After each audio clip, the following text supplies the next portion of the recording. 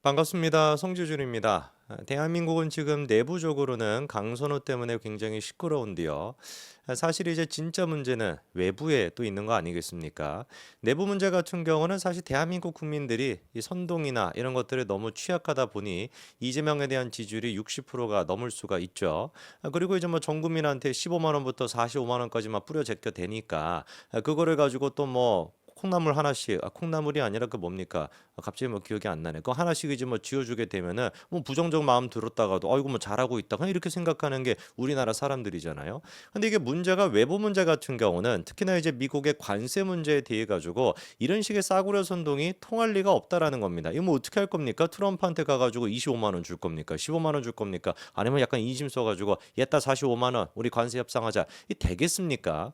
그러다 보니까 우리가 문재인 때 같은 경우도 이 아마추어 정부 이 내부에서 같은 경우는 운동권 애들 특유의 이제 뭐 선동 뭐 이런 것들로 이렇게 뭐 지지율은 유지시킨다라고 할지라도 해외만 나가면 그냥 막 개망신을 당하는 거니까 맨날 막 쳐자고 막 이러고 있었던 거 아니겠습니까? 이재명 같은 경우는 뭐가 다르겠습니까? 그나물의 그 밥이죠. 그래서 이 관세 문제에 대해 가지고 굉장히 심각한 상황인데 이재명 정부 같은 경우는 돌이킬 수 없는 결정을 내린 것 같아요.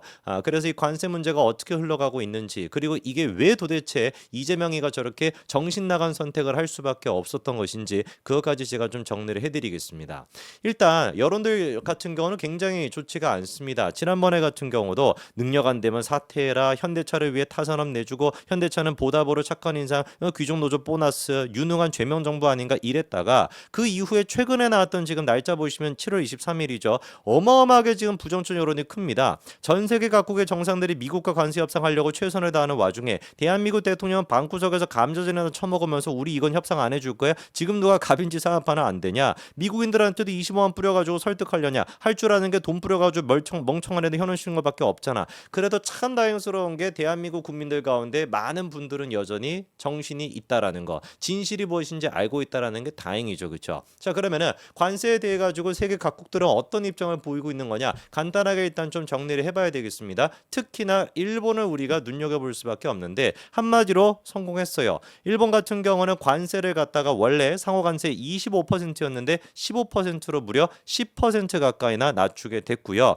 이 일본과의 협의에 대해 가지고 트럼프 대통령 같은 경우도 굉장히 만족스러워하는 것 같습니다. 몇 번이나 그런 표현을 쓰더라고요. 예를 들어서 미국에 매우 흥분되는 시기다. 일본과 훌륭한 관계를 계속 유지할 수 있다는 점에서 의미가 있다. 이런 얘기도 하고 최고위급 인력을 일본이 파견해서 우리는 오랜 시간 동안 열심히 작업했다. 일본과의 합의가 위대하다. 굉장히 그러니까 트럼프가 이번에 일본과의 협상에 대해 가지고 만족감을 갖고 있다라는 걸 우리가 확인할 수가 있겠죠. 자, 그러면은 일본이 그냥 다 내주고 그냥 뭐 간세게 그냥 다 내주고 아이고만 잘못했습니다. 이렇게 해가지고 한 것이냐? 그것도 아닙니다. 일본의 협상력이 굉장히 눈부신 부분이 있는데요. 예를 들어 가지고 자동차세 같은 경우는 관세 25%를 무려 절반으로 12.5%나 하향 조정하기로 했는데 이 자동차 같은 경우는 특히나 트럼프의 미국 우선주의 기조에 따른 핵심 정책 아니었습니까? 근데 그거를 갖다가 절반 가까이나 떨궜다라고 하는 것은 일본이 상당한 협상력을 발휘한 것으로 평가가 되고 있다라는 것이죠. 자, 그럼 도대체 어떤 식으로 일본이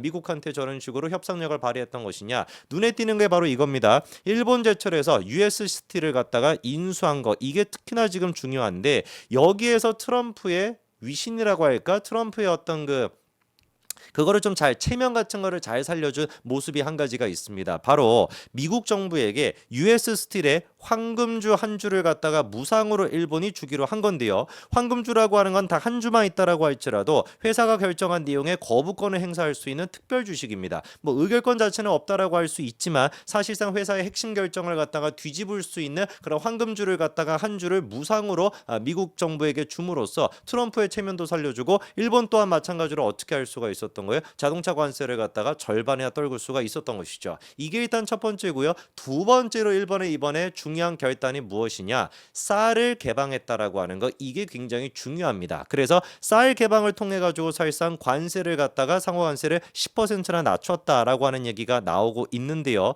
예를 들어 가지고 이제 기존 협상을 타결했었던 베트남, 인도네시아, 필리핀 얘네들과는 다르게 대미 관세를 낮추지 않고 미국 쌀의 수입량을 늘리는 선에서 방어하는데 일본이 성공했다라는 것도 이번에 협상 능력이 보이죠, 그렇죠? 그래서 쌀 최소 의무 수입량 이거를 갖다가 어느 정도는 유지를 하되 미국으로부터의 수입 비중을 늘리는 형태로 해가지고 사실상 농업을 일본 농업을 내주지 않는 선에서 관세를 갖다가 낮추는 데 성공했다. 이런 지금 평가를 받고 있습니다. 방금 제가 그리고 말씀을 드렸던 것처럼 일본만 지금 미국과 저런 식으로 협상을 타결한 것이 아니죠. 그렇죠? 베트남이 됐거나 인도네시아가 됐거나 필리핀이 됐거나 동남아시아 국가들도 지금 연달아 가지고 무역 협상을 타결한 상태입니다. 자, 그러면 질문해 봐야 되는 건 이제 그거겠죠. 웬만한 나라 지금 다 했습니다. 그러면 이제 대한민국은 어떻게 하고 있는가? 요거를 봐야 되는 것인데 벌써부터 깝깝합니다. 미국에 가가지고 지금 전문가들 아까 뭐 트럼프 같은 경우는 일본에 대해 가지고 최고급 인재들을 보내가지고 그런 식으로 협상을 했다라고 극찬을 했었는데 대한민국 왼쪽에 있는 사람 김정관 산업통상자원부 장관이고요. 오른쪽에 있는 사람 여항구 통상교섭 본부장인데 문제가 뭐냐면 김정관 같은 경우는 지금 임명된 지 닷새 만에 미국으로 갔습니다. 다시 한번 말씀드릴까요? 장관으로 임명된 지 닷새 만에 지금 미국으로 건너가 있는 상태고요. 그리고 또 한 사람 더 구윤철 경제부총리 겸 기획재정부 장관인데 취임한 지 일주일 만에 미국으로 갔습니다. 아니 그럼 생각해 보십시오. 일본 같은 경우는 최고급 인재들이 몇 달 전부터 계속 해가지고 몇 날 며칠을 계속 미국과 그런 식으로 협상을 해왔는데 대한민국 같은 경우는 임명된 지 지금 5일밖에 안 돼. 임명된 지 일주일밖에 안 돼. 이런 사람들이 미국에 가가지고 무슨 놈의 협상을 할 수가 있겠습니까? 그러다 보니까 나오는 얘기가 인사하다 그냥 끝나는 거예요. 나 이번에 임명됐던 이런 사람입니다. 상견례 인사하듯이 그런 식으로 끝내. 뭘 할 수 있는 게 있겠습니까? 그래갖고 지금 떠나는 사람들도 여항구도 뭐라고 합니까? 뭐든 해볼 것이다 이렇게 얘기하는데 뭐든 해보겠다 바꿔 얘기해서 구체적이지 않다는 뜻 아닌가요? 아니 살다가 저는 외교 문제를 갖다가 뭐든 해볼 것 아니 지금 무슨 뭐 공부 열심히 하겠다 이거랑 같은 얘기 아닙니까? 전략이 있어야 되는 것이죠. 어떤 식으로 딱딱딱딱 해가지고 문제집 뭐 언제까지 뭐 풀고 뭐 어떤 식으로 하고 뭐 이런 식으로 전략을 가지고 하물며 애들 공부도 그런 식으로 전략이 있는 것인데 이거는 대한민국 운명의 결정 관세가 얼마나 중요한 문제입니까? 그거에 대해 가지고 지금 내놓고 있는 방안이 뭐든 해보겠대. 바꿔 얘기해서 뭐든 할 게 없다라는 얘기 아닙니까? 그냥 열심히 해보겠다. 그냥 열심히 해가지고 되겠냐고요. 미국이 요구하고 있는 건 정확하게 이 세 가지를 갖다가 들어줘야 된다라는 거예요. 첫 번째는 뭐겠습니까? 쌀, 소고기, 사과 이런 것들 개방하라는 것이고 두 번째 같은 경우는 고정밀 지도 구글 이런 거 쓸 수 있도록 고정밀 지도 이런 것들을 갖다 반출하도록 허용해라. 그 다음에 또 세 번째 같은 경우는 플랫폼법 이런 것들 미국 기업을 제외시켜라. 이 세 가지를 갖다가 미국이 지금 구체적으로 요구하고 있는데 이거는 안 들어주면 안 되는 겁니다. 그러니까 협상 자체가 안 되는 거예요. 그래서 일본 같은 경우도 어떻게 했던 겁니까? 최소 범위를 유지하는 상태에서 일본의 쌀을 갖다 개방하는 형태로 관세를 낮추는 거 그거밖에는 답이 없어요. 그래서 이재명 정부 같은 경우도 처음에는 어떻게 하려고 했었습니까? 쌀 소고기 내주고 상호관세 낮추는 방향으로 그런 식으로 하려고 했었습니다. 근데 문제가 뭐냐면 이때 소고기가 30개월 미만 미국산 소고기를 갖다 수입 제한을 완화시키는 거거든요. 이게 지금 민주당과 이재명한테 같은 경우는 트라우마라는 거죠. 왜? 30개월 이상 원래 이제 미국이 요구하고 있는 건 30개월 이상 미국산 소고기를 갖다가 이거 수입하도록 완화시켜라라는 건데 30개월 이상이 바로 뭐였습니까? 얘네들이 과거에 이명박 정부 무너뜨릴 때 써먹었던 광우병 그 소가 바로 30개월 이상 소고기입니다. 지들이 그러니까 그냥 막 지랄을 갖다가 다 해가지고 말도 안 되는 가짜뉴스 퍼뜨려가지고 30개월 이상 미국산 소고기에서 막 광우병이 나타나나 뇌송송 막 구멍탕 막 별의별 그냥 막 광란에 그냥 질주를 했었는데 이제 와가지고 지들이 이거를 받아들이겠다 이게 되겠습니까? 바로 그냥 누가 들고 일어나는 거겠어요. 농가들부터 시작해가지고 축산업가가 다 들고 일어나가지고 난리를 치겠죠. 실제로 지금도 대통령실 앞에서는 시위를 하고 있는 상태이고 결국에 그래가지고 이재명 정부가 어떻게 하기로 꼬랑지를 내렸습니까? 한미통상 농산물 카드로 쌀 소고기 불가하다라고 입장을 내렸는데 이러면 100% 트럼프라면 이거 협상 안 됩니다. 어떻게 하려고 이러는지 모르겠어요. 일본조차도 그렇게 한일 관계가 아니지 뭡니까? 미일 관계가 탄탄하다라고 하는 일본조차도 결국에는 쌀을 갖다가 개방하는 선으로서 상호관세 낮추고 자동차 관세도 낮추는 그런 결정을 내렸던 것인데 하물며 무슨 뭐 듣도 보도 못한 무슨 뭐 성남 사또했다라고 하는 이재명이가 튀어나와가지고 반미주의자 같고 친중 정부 같은 이런 애들한테 일본조차도 그런 식으로 했는데 이런 애들한테 뭐 갑자기 뭐 트럼프가 막 이렇게 해가지고 야 그럼 너네 이재명 마음에 드니까 뭐 쌀 개방하지 마 소고기 개방하지 마 그냥 해줄게.